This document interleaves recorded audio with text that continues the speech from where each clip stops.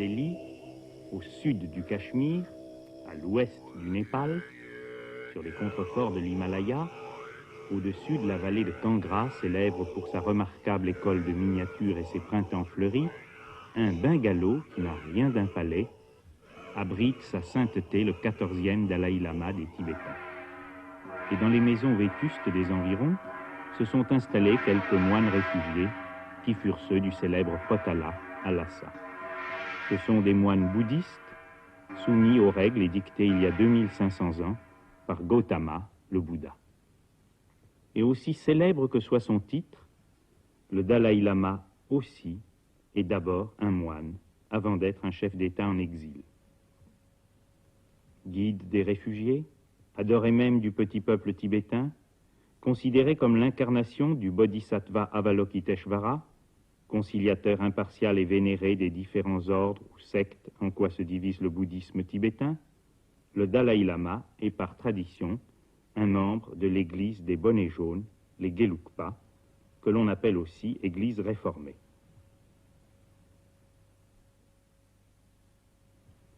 Au XVIIe siècle, le grand réformateur Tsongkhapa a rétabli avec fermeté la discipline monastique qui s'était relâchée et a insisté sur l'importance de l'étude philosophique et de la moralité dans la conduite, préalable aux exercices de l'ascèse ésotérique.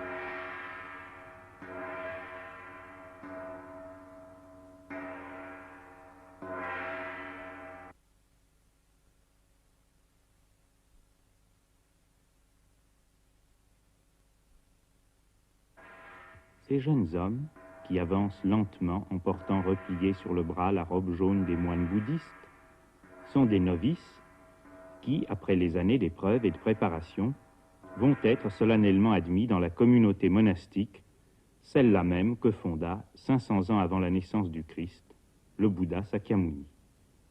Les moines, ou les nonnes bouddhistes, ont choisi de ne plus participer à la vie ordinaire des hommes et de se consacrer entièrement à la recherche du grand éveil intérieur, celui qui libère du désir, de la peur, de la souffrance.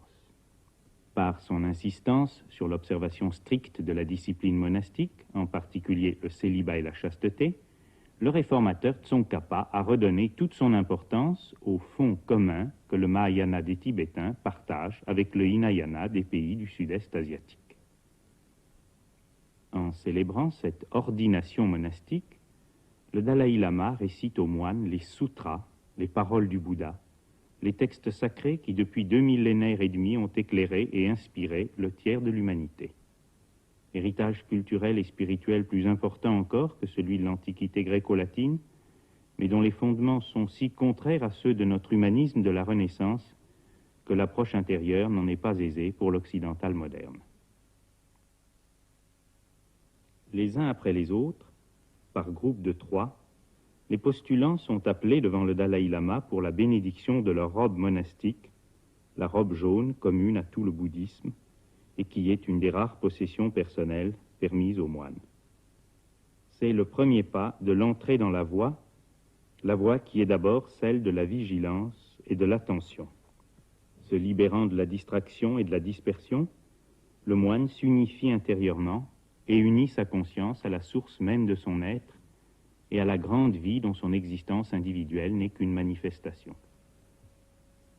Sa conviction de n'être qu'un individu limité dans l'espace, mortel dans le temps, s'efface, et seule demeure la certitude et la joie. Avec la robe, le moine possède aussi le bol dans lequel il mendiera sa nourriture et dont cette coupe noire pleine de fruits est le symbole. Enfin, le moine reçoit le filtre avec lequel il éliminera de l'eau qu'il boit les minuscules bestioles ou les germes vivants qu'il ne veut pas tuer inutilement en les avalant avec la boisson. Et, tandis que les anciens déploient et préparent les robes dont ils vont revêtir les nouveaux membres de la sangha, de la communauté, les uns après les autres, tous les novices vont recevoir de sa sainteté le don symbolique de ces objets rituels.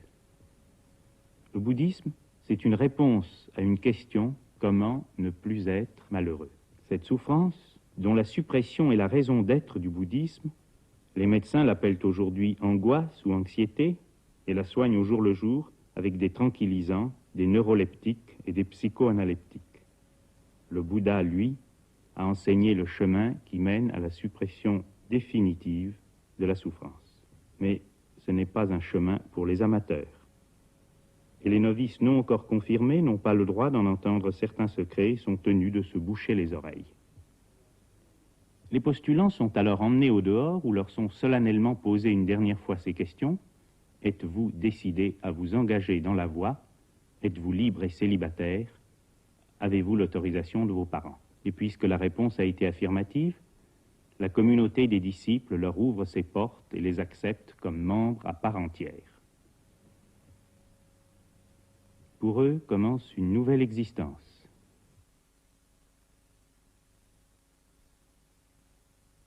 Avant d'être appelés par leur nom, ils conservent leurs oreilles closes.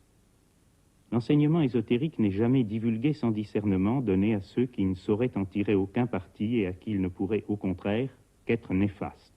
Le Dalai Lama appelle par leur nom, individuellement, chacun des nouveaux moines, et alors seulement, sur un signe, celui-ci pourra ouvrir ses oreilles et entendre le message éternel. L'un après l'autre, ces hommes s'éveillent à la vie qu'ils ont choisie. Leur attitude sera avant tout réaliste, je dirais même scientifique. Le moine constate que tout change sans cesse, que rien n'est stable, permanent, existant indépendamment. La seule chose qui ne change pas, c'est l'acceptation du changement. Et c'est dans cette direction seulement que l'homme peut trouver une sérénité qui ne porte pas en elle-même son propre contraire. Ce qui intéresse le disciple, ce n'est pas l'individuel, mais l'universel. Ce n'est pas ce qui change et qui meurt, mais ce qui ne change pas, l'éternel. Et la cérémonie se termine avec la bénédiction individuelle des moines par le Dalai Lama, qui place autour du cou de chacun un ruban rouge, substitut de ces longues écharpes que les Tibétains échangent cérémonieusement lorsqu'ils se rendent visite ou qu'ils déposent devant les statues de leur temple et aux pieds de leur maître spirituel. Chaque moine emporte son ruban et aussi un fruit, symbole de la première nourriture qui aura été déposée dans son bol de mendiant. Ainsi, avec les réfugiés tibétains, le bouddhisme est revenu sur le sol de l'Inde où il naquit autrefois, et aux yeux du monde, l'incarnation de ce bouddhisme tibétain, celui qui porte sur ses épaules d'homme de 32 ans le poids de sa sauvegarde, c'est sa sainteté, le 14e Dalai Lama.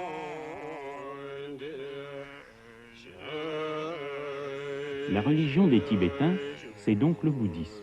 Une partie de ses doctrines est commune à tous les bouddhistes, et aucun moine hinayaniste de Ceylan ne se sentirait dépaysé devant des peintures sur soie représentant le Bouddha Gautama. D'autres peintures, ou tankas, sont d'inspiration proprement tibétaine, caractéristique d'une secte particulière, comme celle contre le réformateur Tsongkhapa, mais il existe aussi des tankas aussi déroutantes aux yeux des bouddhistes du Sud qu'elles l'ont été longtemps pour les observateurs occidentaux. Je veux parler des tankas tantriques. Voici Guhya Samaja. À chaque divinité correspond un royaume représenté par un mandala, généralement par une peinture, mais qui peut être aussi construit en relief. De forme carrée, le palais proprement dit est entouré et protégé par une enceinte circulaire faite de flammes et parfois par la représentation d'un cimetière. Un mandala s'ordonne toujours autour d'un centre et il comporte 4 portes aux 4 côtés, protégées par des acolytes de la divinité principale.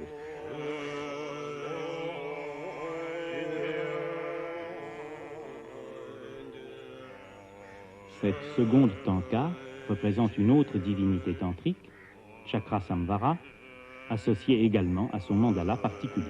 Une divinité tantrique, c'est le symbole d'une force active dans l'univers et en nous-mêmes, une force perçue par un sage alors qu'il se trouve dans un état de conscience exceptionnel.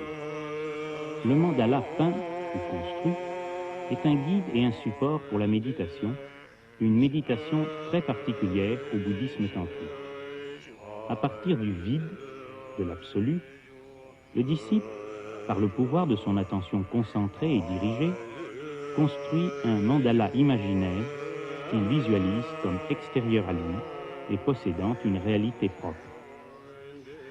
Une troisième divinité enfin, Bhairava, manifestation de Manjushri, est entourée de divinités protectrices telles que Yamantaka.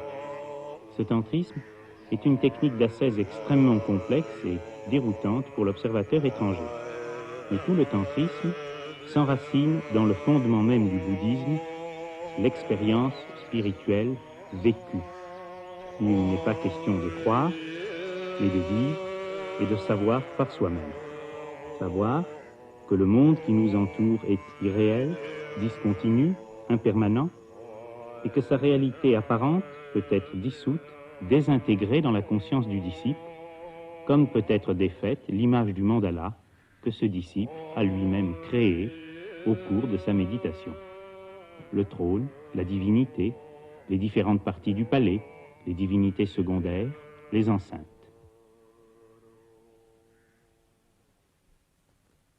La plupart des livres et des récits de voyages écrits par des explorateurs qui avaient pu autrefois visiter le Tibet et pénétrer dans ses monastères font état de sculptures effectuées avec du beurre et minutieusement colorées. Pour la dernière fois peut-être, les moines des 2 collèges tantriques de Dalhousie ont modelé ces fameuses sculptures en beurre. La dernière fois peut-être? Oui, tout simplement parce que le beurre coûte très cher et qu'il est difficile à des réfugiés sans ressources et vivant de dons et de subsides de justifier une telle consommation d'un corps gras aussi coûteux pour des dizaines de statues qui joueront leur rôle un seul soir dans un seul rite avant de commencer à s'habiller. Plusieurs moines y ont travaillé plusieurs semaines. Le beurre est conservé dans l'eau glacée et comme Dalhousie est situé à 2000 mètres d'altitude, il n'y fait jamais chaud l'hiver. Comme il ne s'agit pas là de plaisir esthétique ni de sculpture profane, mais d'art sacré et liturgique, ces images sont mises en place avec autant de respect que de soin. La cérémonie a lieu le soir, au moment où le soleil se couche et où la température s'abaisse encore dans les montagnes, afin que le froid conserve les sculptures au moins quelques heures en parfait état. En procession solennelle, les lamas viennent d'abord rendre hommage au trône sur lequel est installé le portrait du Dalai Lama et déposer sur l'autel les offrandes rituelles. Et l'office peut commencer, tandis que tombe le soir et que vient la nuit.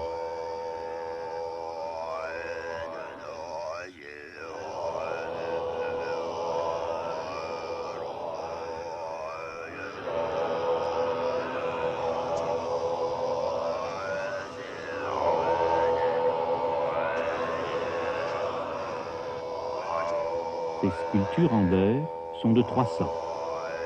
Certaines sont purement décoratives et ne servent que d'encadrement, mettant en valeur les images principales, toutes associées au thème de l'offrande.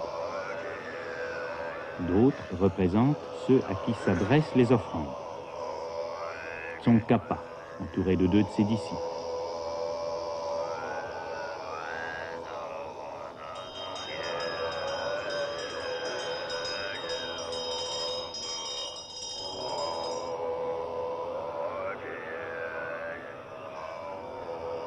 Le Bouddha Gautama, accompagné de Sariputra et de Maudgalyana. Des divinités tantriques propres à l'ordre des Gelugpa,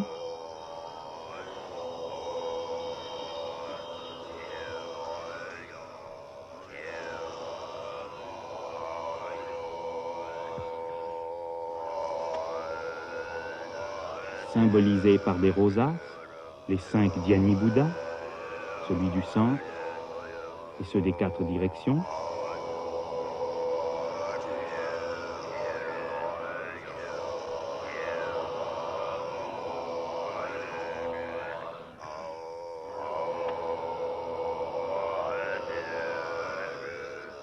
Enfin, les autres sculptures représentent les offrandes elles-mêmes et ceux ou celles qui les offrent.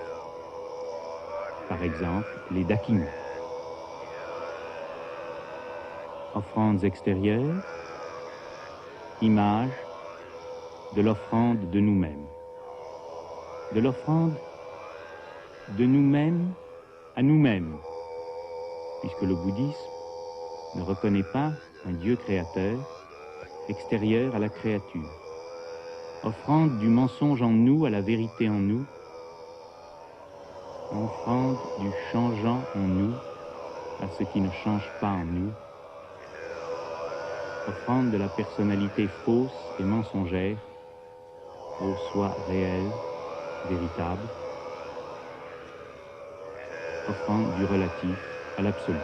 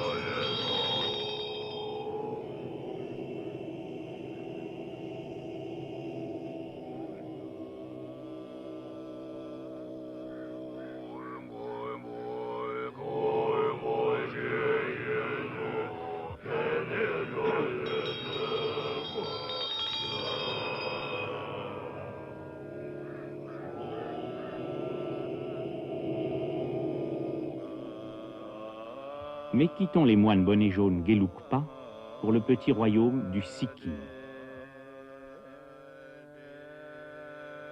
Grâce à l'appui du Chogyal, le roi du Sikkim, et grâce à l'aide du gouvernement indien, a été construit, non loin du vieux monastère sikkimais plus ou moins abandonné de Romtek, un monastère tibétain entièrement reconstitué, celui de Gyalwa Karmapa.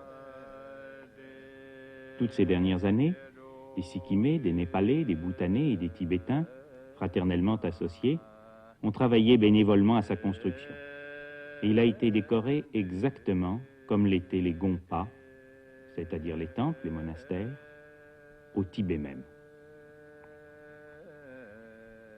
Au Tibet, le monastère des moines Karma Kargyud était un des plus célèbres et des plus importants, car de tout temps, les incarnations de Karmapa ont eu une réputation et une importance presque égales à celles du Dalai Lama. Et le Karmapa actuel, à la fois yogi, sage, maître spirituel ou gourou, chef d'un ordre religieux et suprême abbé du monastère, est âgé de 43 ans seulement.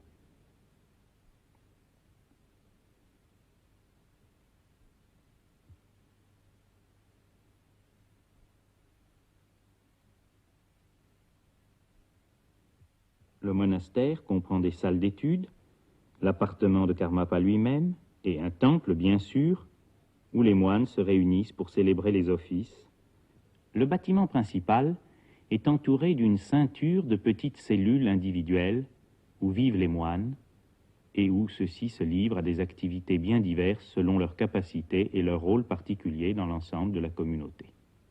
Certains se consacrent aux travaux manuels, d'autres font la cuisine, penchés sur les immenses fourneaux, ou préparent le thé, le thé tibétain beurré et salé qui donne autant d'énergie qu'un repas, mais dont la confection est un travail exigeant et laborieux qui ne se fait pas au hasard. Les diverses légendes concernant l'amour du Bouddha pour les animaux sont si nombreuses que les moines tibétains rêvent d'imiter, en ce domaine aussi, l'exemple du bienheureux. La fabrication des rubans de diverses couleurs qui seront remis aux disciples et aux visiteurs par Karmapa lui-même est confiée à un moine déjà ancien. Parce que ces rubans serviront de support à l'influence spirituelle du sage, leur préparation même est déjà considérée comme un exercice, et le moine qui en est responsable n'exécute aucun geste sans y être prêt intérieurement, sans cette attitude de tout l'être qui fait la différence entre une action profane et un acte sacré.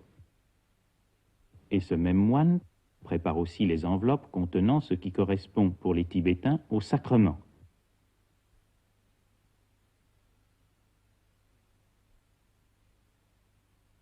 Un religieux peintre exécute une tanka, une peinture sur soie, selon des canons traditionnels auxquels il ne peut rien changer.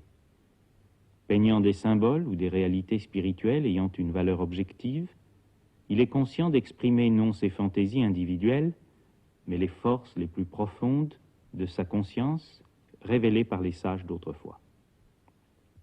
Les livres tibétains, qu'ils soient des manuscrits ou qu'ils aient été imprimés à partir de planches de bois sculptées, se présentent comme des feuilles rectangulaires soigneusement conservées dans une pièce de tissu qui les enveloppe et les protège. De même que les peintures tibétaines ne sont jamais les témoins des enthousiasmes ou des révoltes de l'artiste, les Tibétains n'ont jamais écrit de romans ou d'essais portant la marque des conditionnements de leur auteur. Leur littérature comprend des chroniques historiques, des récits de hauts faits plus ou moins légendaires, et surtout des textes sacrés traduits du sanskrit, dont ces traités ésotériques et initiatiques qu'on appelle les tantras.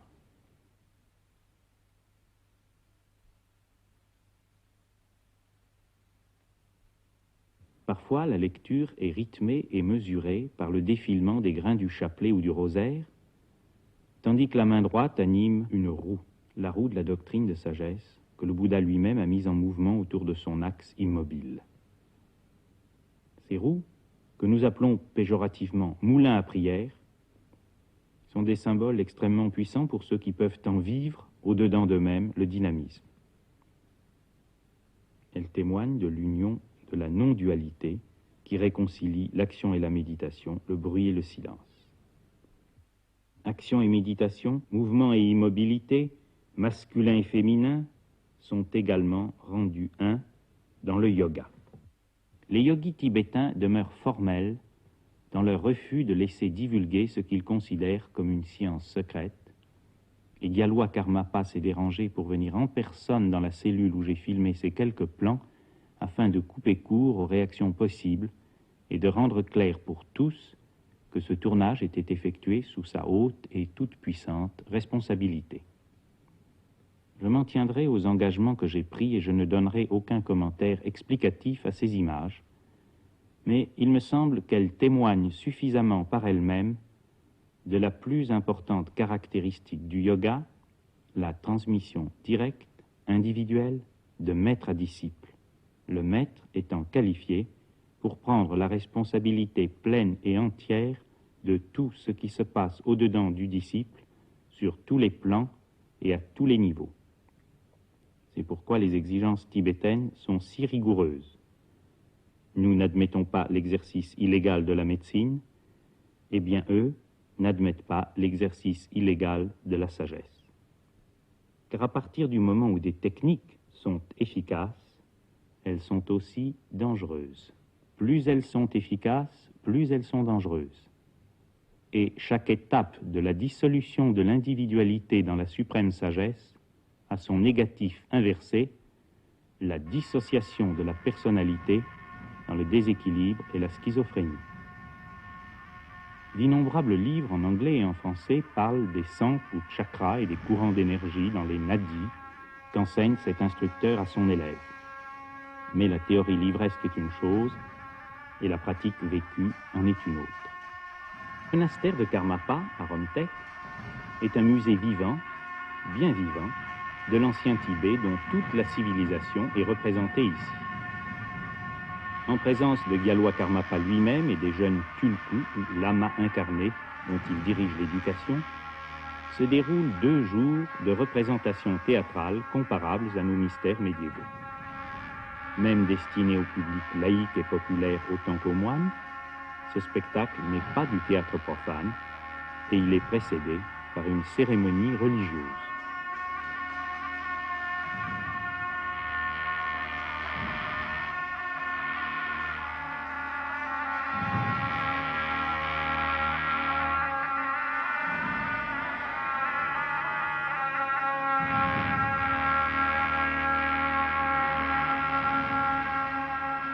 La représentation est dédiée au Bouddha Sakyamuni dont une petite statue a été solennellement emmenée en procession hors du temple.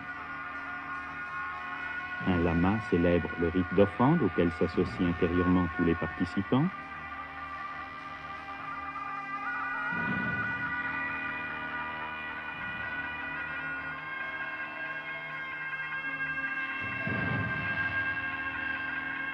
Puis l'animateur de la troupe de théâtre et de danse folklorique et son assistant s'agenouillent tous deux devant la statuette. Tenant en main l'écharpe blanche de la salutation, ils murmurent les prières et les invocations avant d'offrir respectueusement cette écharpe au Bouddha lui-même en lui demandant de bénir la représentation de théâtre religieux qu'ils vont donner devant Karmapa. Au balcon, les hauts dignitaires, Karmapa lui-même, et quelques enfants, présentes incarnations de sages tibétains défunts. Le public comprend tous les lamas de Romtek, ainsi que des moines enfants qui trouvent dans les ordres la possibilité de recevoir l'instruction à laquelle ils peuvent prétendre et que leur donnent des religieux lettrés.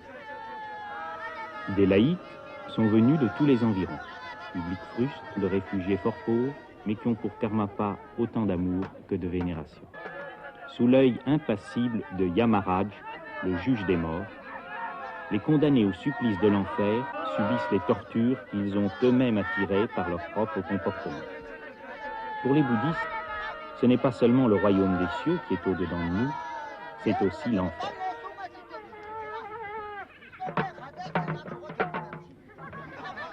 Les Tibétains ne craignent pas de représenter des lamas corrompus, esclaves de leur avidité et de leur sensualité.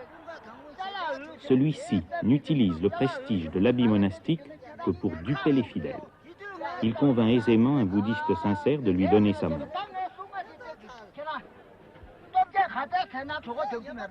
Les spectateurs participent directement à l'action, deviennent acteurs eux aussi.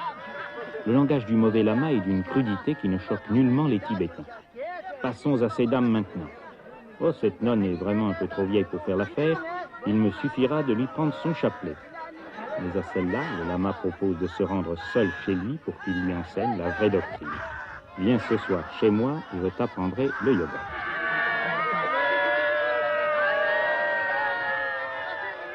Aussi les démons de l'enfer s'emparent-ils de celui qui s'est lui-même livré à eux en sacrifiant son prochain à la satisfaction de ses désirs égoïstes.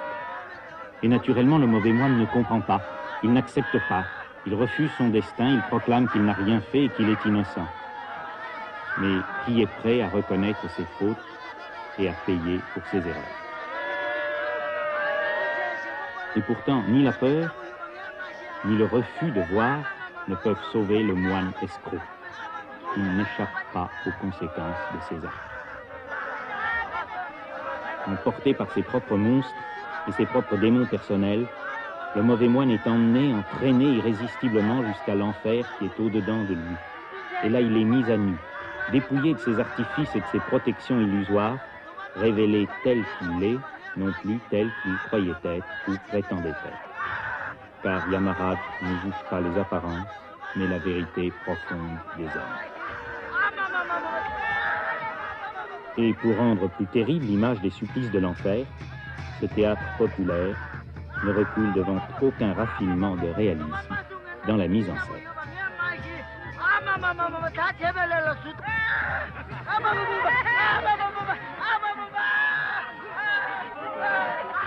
Le Bouddha a insisté sur la compassion à l'égard de toute la création, en particulier les animaux. Si le saint préfère périr lui-même plutôt que tuer un animal pour se nourrir ou pour se défendre, les Tibétains dans leur ensemble ne sont pas végétariens. Mais le crime qui ne peut être pardonné, c'est de tuer au-delà du strict nécessaire, de tuer pour le plaisir de tuer. Or, ce chasseur trouve son plaisir dans la chasse, pour le tableau de chasse. La meilleure façon pour lui de s'exprimer et de se sentir vivre, c'est de massacrer autant d'animaux que possible dans une même journée.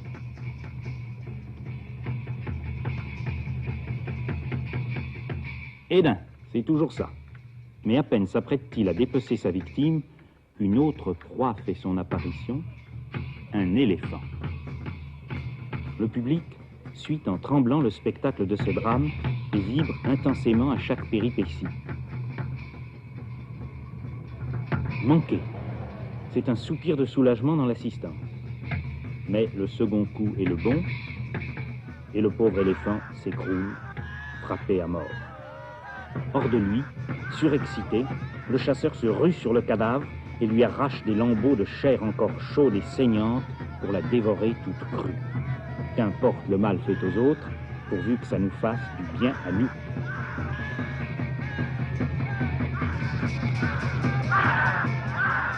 Et notre malheureux chasseur, lui aussi, doit subir la réaction de ses actions, être soumis malgré lui à la loi implacable de l'enchaînement des causes et des effets.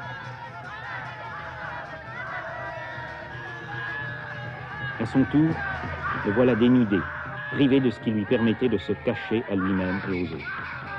Un jour vient où tombera tout ce qui n'est pas à nous mais que nous nous sommes appropriés, et que trouverons-nous dans ce fond véridique de nous-mêmes, la sérénité ou la torture. Mais l'enfer de notre misère et de notre souffrance n'est jamais définitif. Et pour les Tibétains de Romtek, la vérité est manifestée par le karmapa éternel dont chaque karmapa sur terre a été l'incarnation successive. Et la vérité peut nous rendre libres, nous affranchir. Nos démons intérieurs se transmuent en alliés dans la marche vers la lumière. Le ciel n'est pas du côté opposé à l'enfer, il est derrière l'enfer, au-delà de l'enfer et de la souffrance volontairement acceptée et assumée.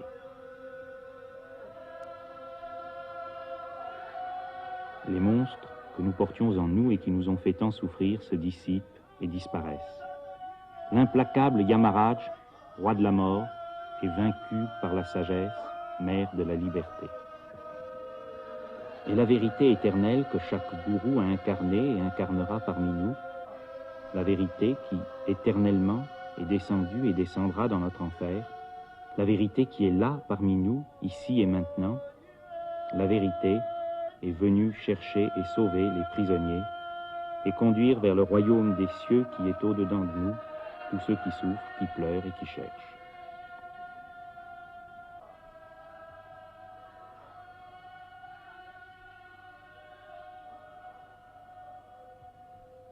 Et la représentation terminée, les acteurs de la compagnie théâtrale du monastère se rendent dans la chambre de l'actuel Karmapa pour y recevoir sa bénédiction et pour lui demander de les aider, chacun individuellement, de les aider à trouver eux aussi le chemin de la liberté et de l'amour.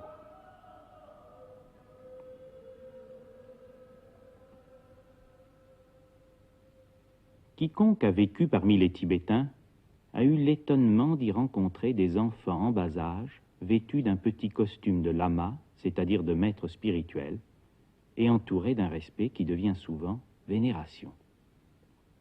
Ces enfants sont des tulkus. Ce terme a été traduit par l'expression Bouddha vivant, mais les Tibétains disent seulement une incarnation ou un lama incarné. Quand un sage meurt, ses disciples recherchent en quel nouveau corps, c'est-à-dire en quel enfant, va se manifester cet aspect particulier de la sagesse qui a fait vœu de ne jamais les abandonner. Le plus célèbre des tulkus, c'est le Dalai Lama. Mais ce système des incarnations successives a été inauguré il y a 300 ans par les Karmapas. Il est donc de tradition que le Karmapa soit considéré comme la plus haute autorité en la matière et l'actuel Gyalwa Karmapa a pris en charge l'éducation des Tulkus les plus importants.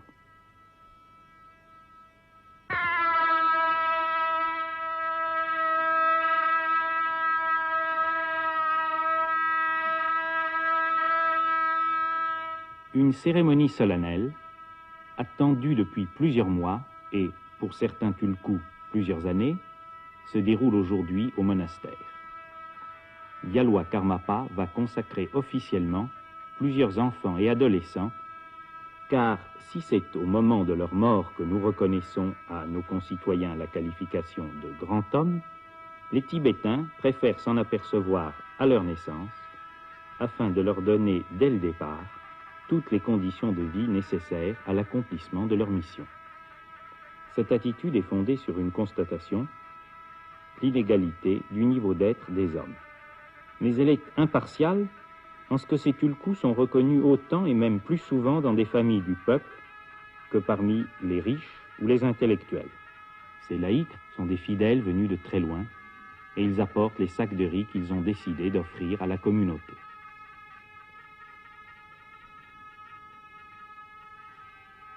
Puis les moines viennent offrir aux jeunes enfants les écharpes de salutation et les rubans de bénédiction.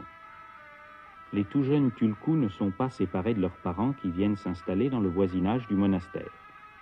Mais très vite, leur éducation n'est plus confiée qu'à des maîtres ayant complètement résolu tous leurs problèmes personnels et capables d'une attitude totalement, parfaitement objective et impartiale.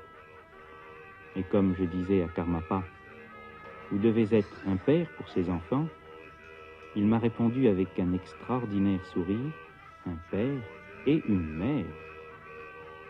On peut accepter ou refuser la conception tibétaine des incarnations successives, mais l'éducation exceptionnelle donnée à ces Tulkus et les fruits qu'elle porte méritent notre intérêt et notre étude. L'un après l'autre, chaque enfant se hausse jusqu'au trône de Karmapa pour le rite de consécration, qui est essentiellement un rite d'offrande. Comment ces enfants, appelés si jeunes au rôle le plus grave, et le terme est bien choisi, le plus précieux, celui de maître et de guide parmi ses semblables, comment ces enfants ont-ils été sélectionnés?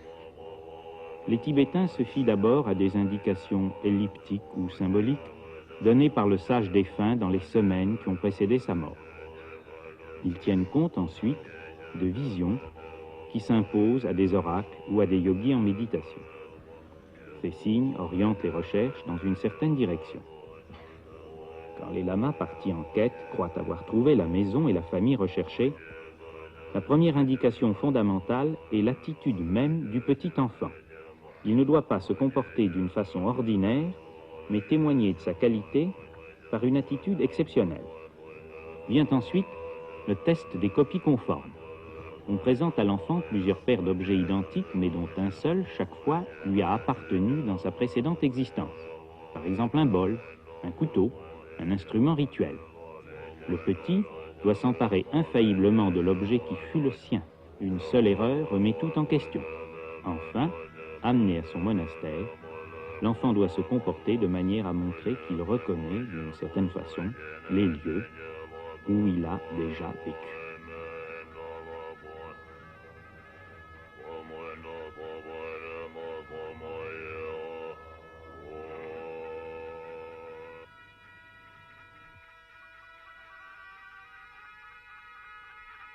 Le rite accompli, la foule vient s'incliner devant les Tulkus et demander leur bénédiction. Et nous devons comprendre que pour les Tibétains, ce n'est pas la bénédiction d'un enfant qu'ils reçoivent, c'est celle d'un sage transcendant, libéré, au-delà de la naissance et de la mort, et qui change de forme visible de corps humain selon les lois de la nature et de l'éternel devenir.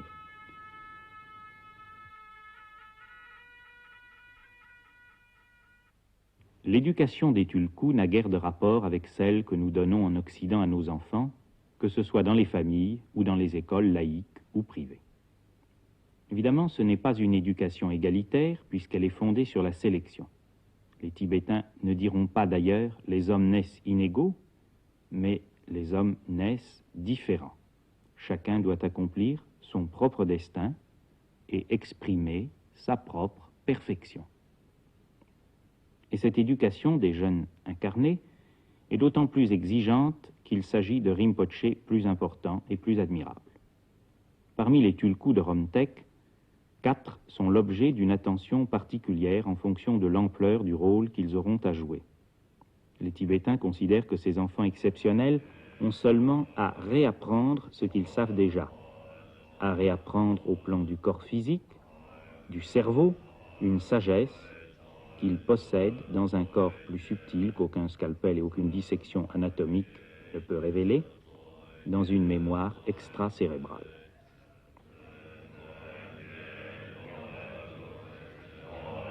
Cette ascèse des tulkus comprend l'étude des textes, l'apprentissage de la musique, la pratique des danses sacrées et, après leur puberté, l'initiation au yoga.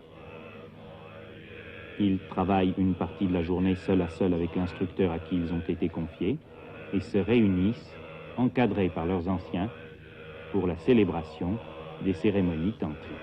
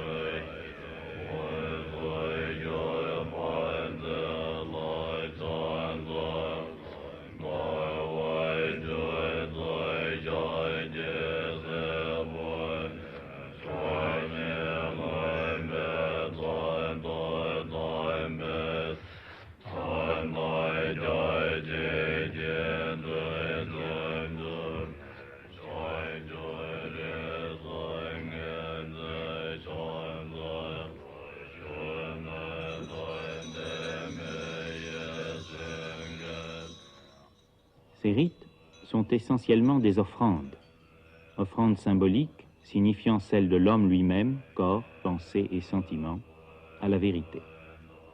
Offrandes dont les détails et la succession sont minutieusement décrites dans les textes tantriques, offrandes de gâteaux, d'eau, de thé, d'images de l'univers qu'on appelle des mandalas, offrandes du son et du geste. C'est avec la totalité de lui-même que le moine participe au rite et l'expression de son attitude intérieure à travers les gestes de ses mains, les mudras, constitue pour les Tibétains comme pour les Hindous une science autant qu'un art véritablement sacré. Et une science qui s'enracine dans le bouddhisme traditionnel. Car la voie enseignée par le Bouddha est essentiellement celle de l'attention, de la vigilance, de la présence à soi-même et d'une conscience qui n'est possible que dans l'unification intérieure.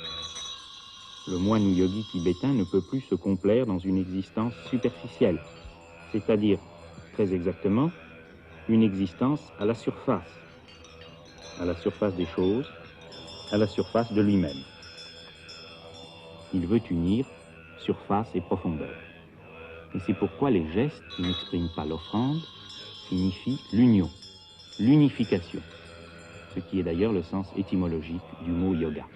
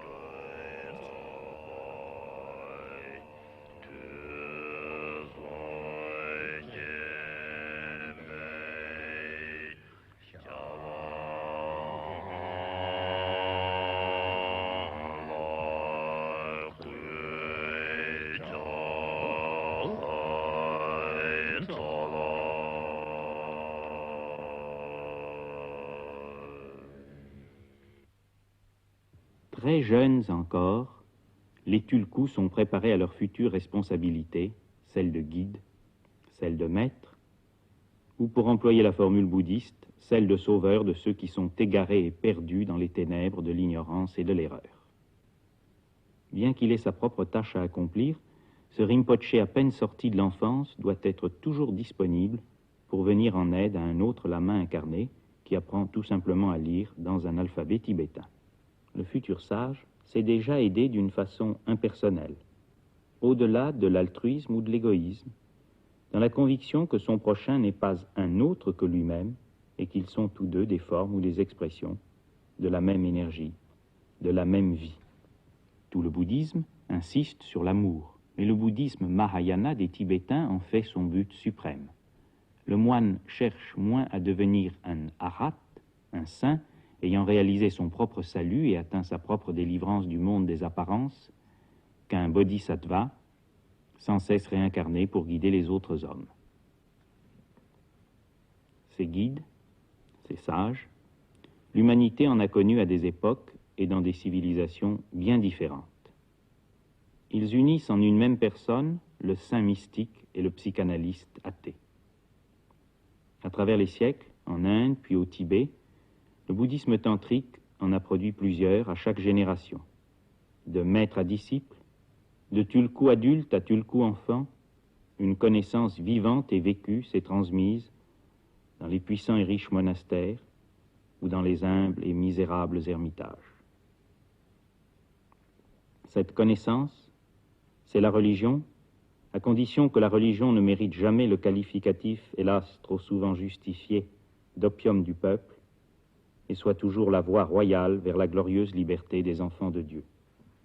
C'est la psychologie, à condition que la psychologie ne limite pas l'homme à un être dépendant, déterminé, prisonnier des catégories mentales du temps et de l'espace, et qu'elle ouvre à l'homme intégral la voie de l'éveil, de la conscience et de l'éternité. C'est le yoga, à condition de ne pas considérer le yoga comme une gymnastique plus ou moins psychique et un conditionnement de plus ajouté à tous les systèmes, toutes les opinions, toutes les richesses sous le poids desquelles nous suffoquons. Les moines Karmapa sont des yogis à qui les exercices du yoga intérieur ont ouvert les portes de l'être, de la maîtrise de soi et de la vie éternelle.